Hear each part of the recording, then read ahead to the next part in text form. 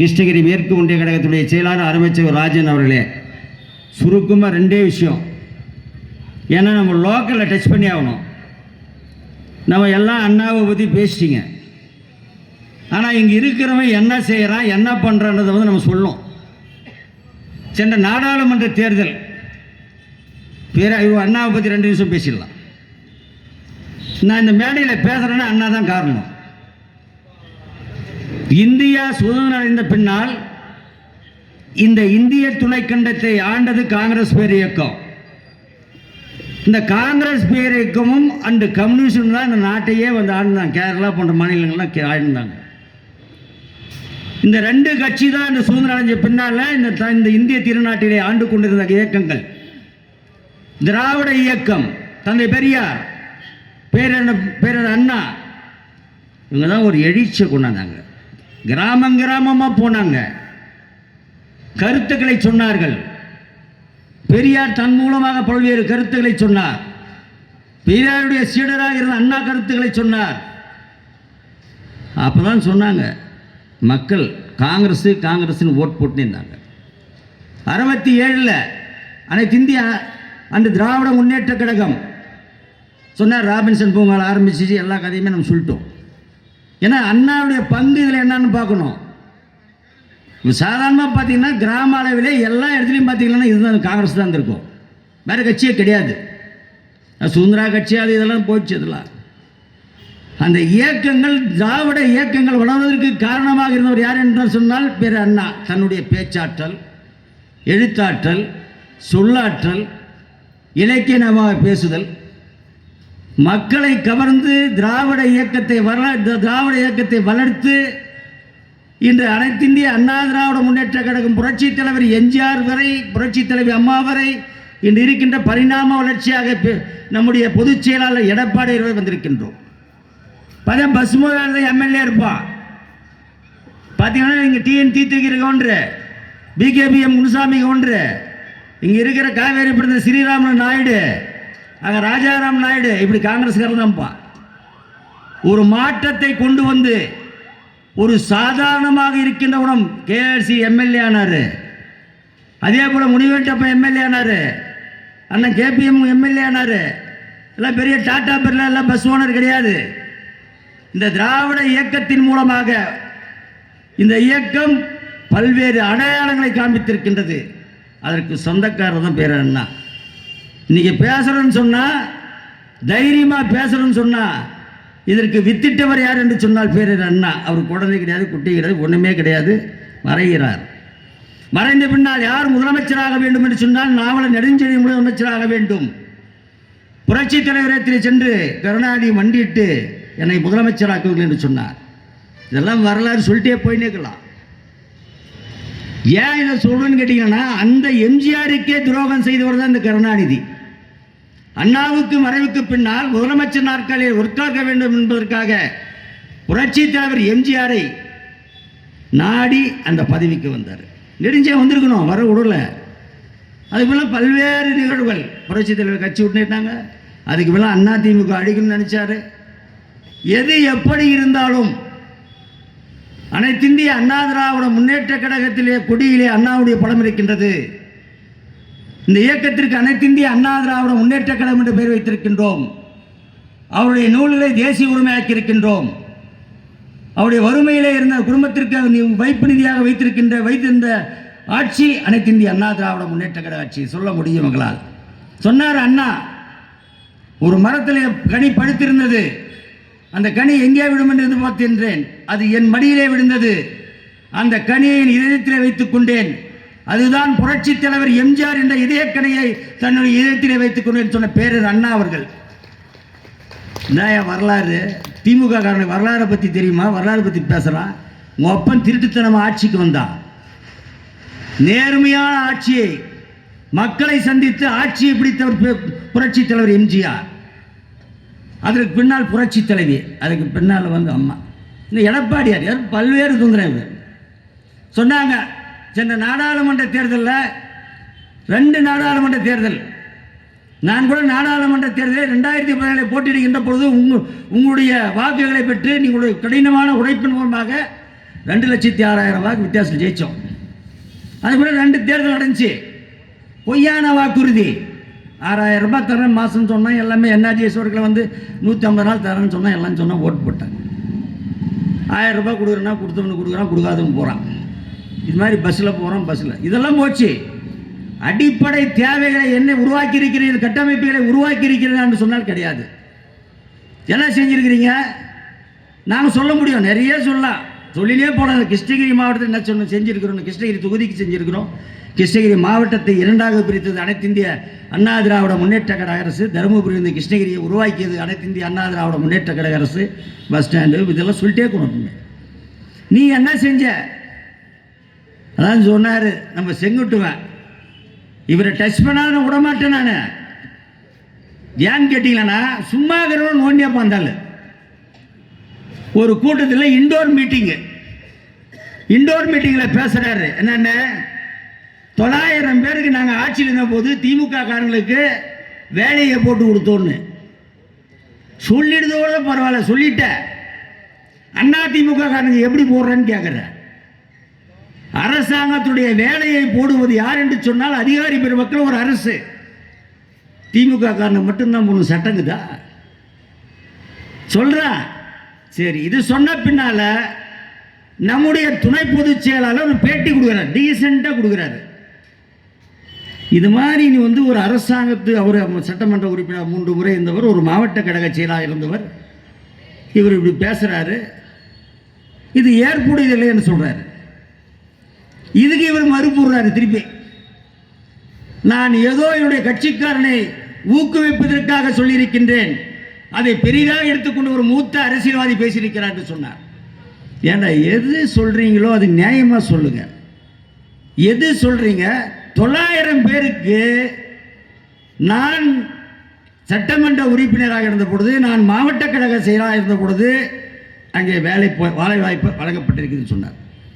சொன்னதோடு மட்டுமல்லாமல் 2000 பேருக்கு மரியாதைக்குரிய அண்ணன் சட்டமன்ற உறுப்பினராக இருந்த பொழுது அந்த அமைச்சராக இருந்த புலவர் இந்திரா குமாரி இடத்திலே சொல்லி 2000 பேர்களுக்கு சத்துணவிலே வேலை வாங்கி கொடுத்தார் என்று சொல்லுகின்றார்.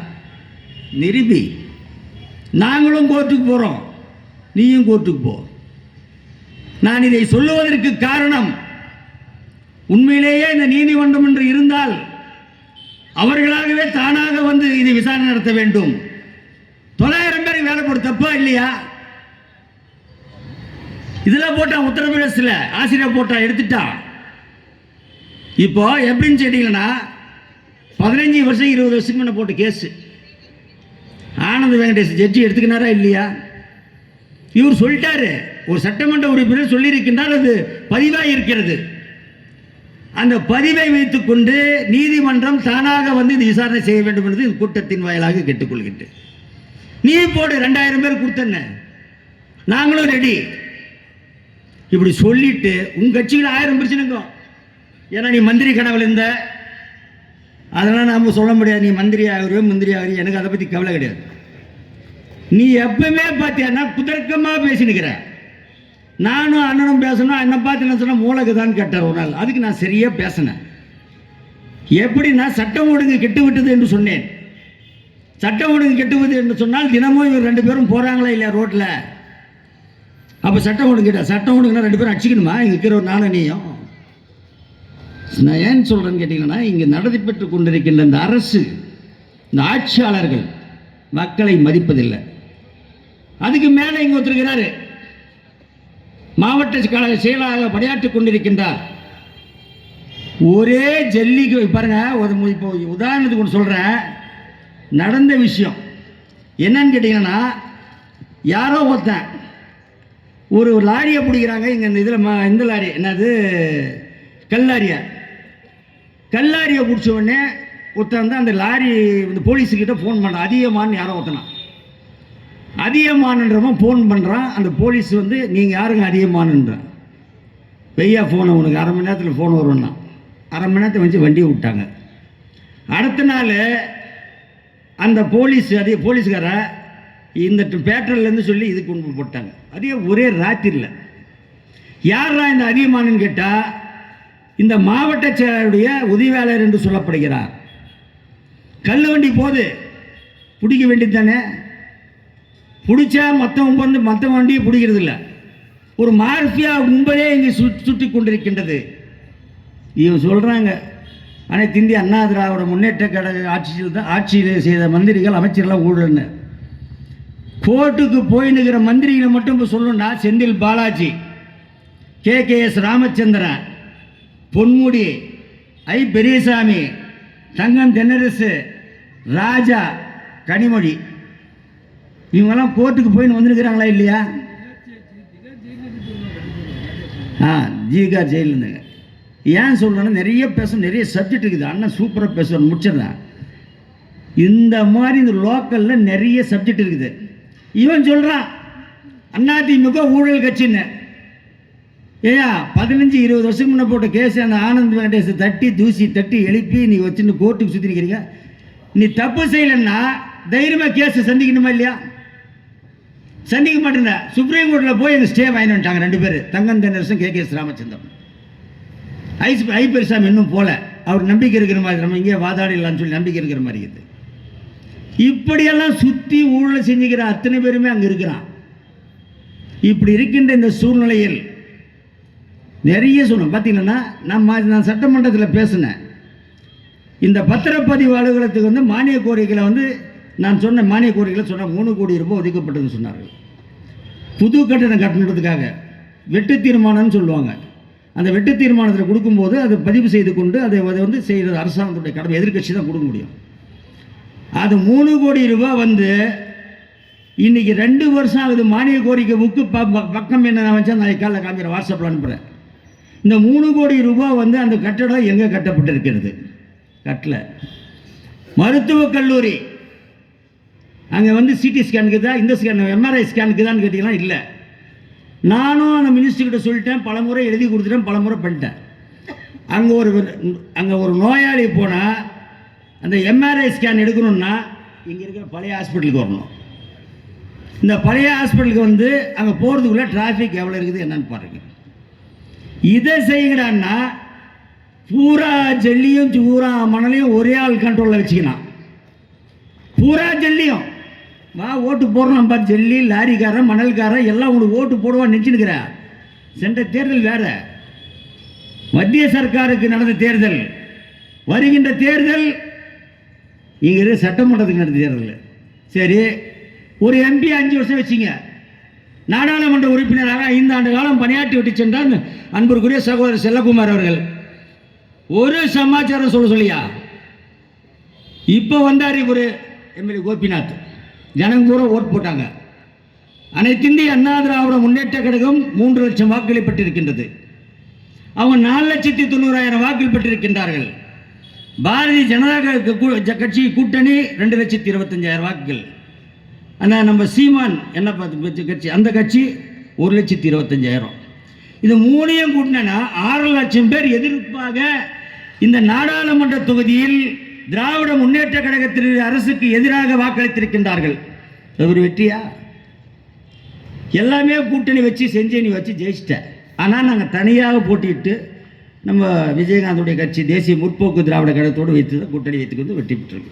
தோல்வி அடைந்திருந்தாலும் கூட வாக்குகளை பெற்றிருக்கின்றோம். நீ தனியாக நில்லு.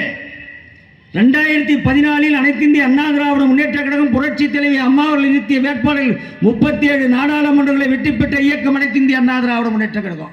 37 நாடாளுமன்றங்கள். அன்னைக்கு நீ ஒன்று கூட ஜெயிக்கல.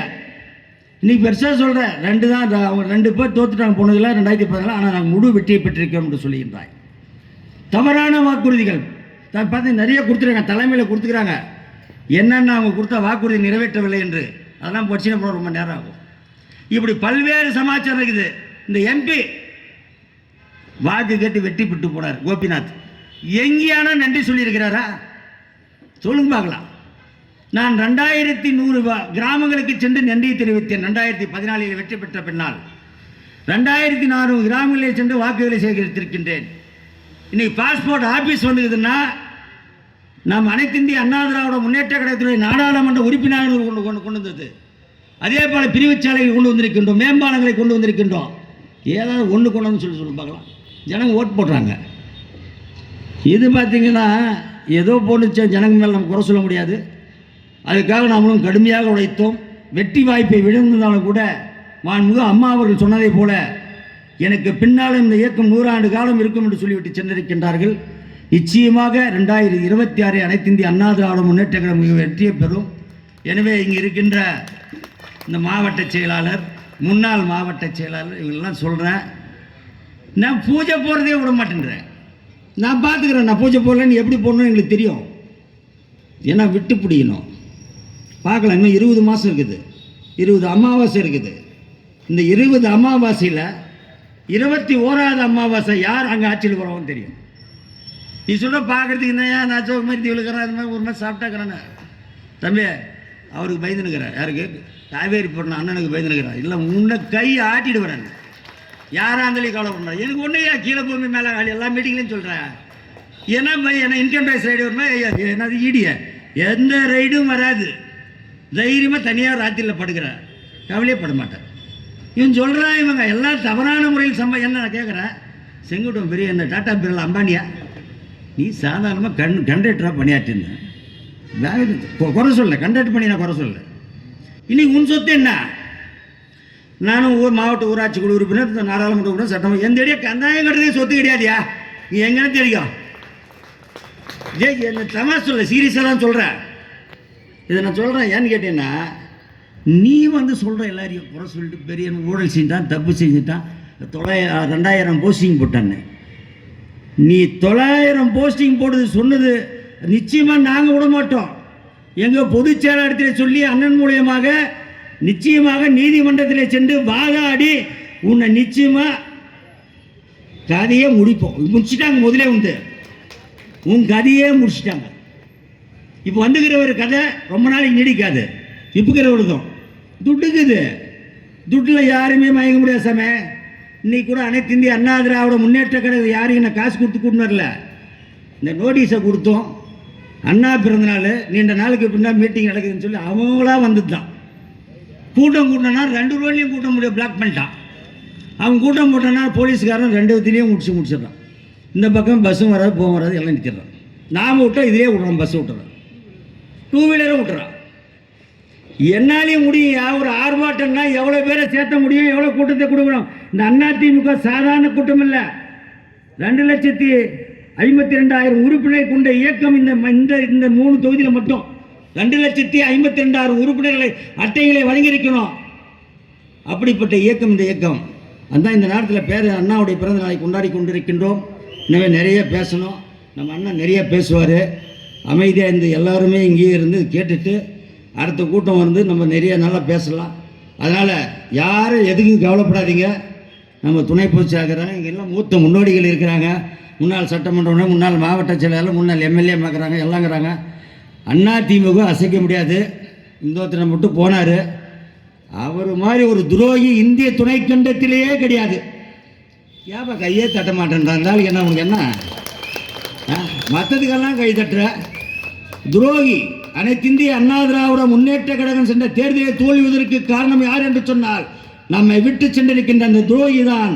எனவே அந்த துரோகியை திராவிட முன்னேற்ற கழகத்தோடு கைகோர்த்து கொண்டிருக்கின்ற அந்த துரோகிக்கு பாடம் புகட்டுகின்ற வகையிலே, திராவிட முன்னேற்ற கழகத்துக்கு பாடம் புகட்டுகின்ற வகையிலே, மத்தியிலே ஆளுகின்ற பாரதிய ஜனதா கட்சி ஆட்சியிலே இருக்கின்ற அந்த இயக்கத்திற்கு பாடம் புகட்டுகின்ற வகையிலே அனைத்து இந்திய அண்ணா திராவிட முன்னேற்ற கழகம் இதற்கு பின்னால் வருகின்ற அத்தனை தேர்தல்களிலும் மிகப்பெரிய வெற்றியை பெறும் என்பதை சொல்லி இந்த நல்ல நிகழ்ச்சியை ஏற்பாடு செய்து நடத்தி கொண்டிருக்கின்ற சட்டமன்ற தொகுதி விட்டு அத்தனை ஒன்றிய கழக செயலாளருக்கும், நகர கழக செயலாளருக்கும், மாவட்ட கழகத்துடைய பொறுப்பாளர்களுக்கும் மாவட்ட கழகத்தின் சார்பாக என் மனமார்ந்த நன்றியை தெரிவித்து விடைபெறுகிறேன். நன்றி, வணக்கம்.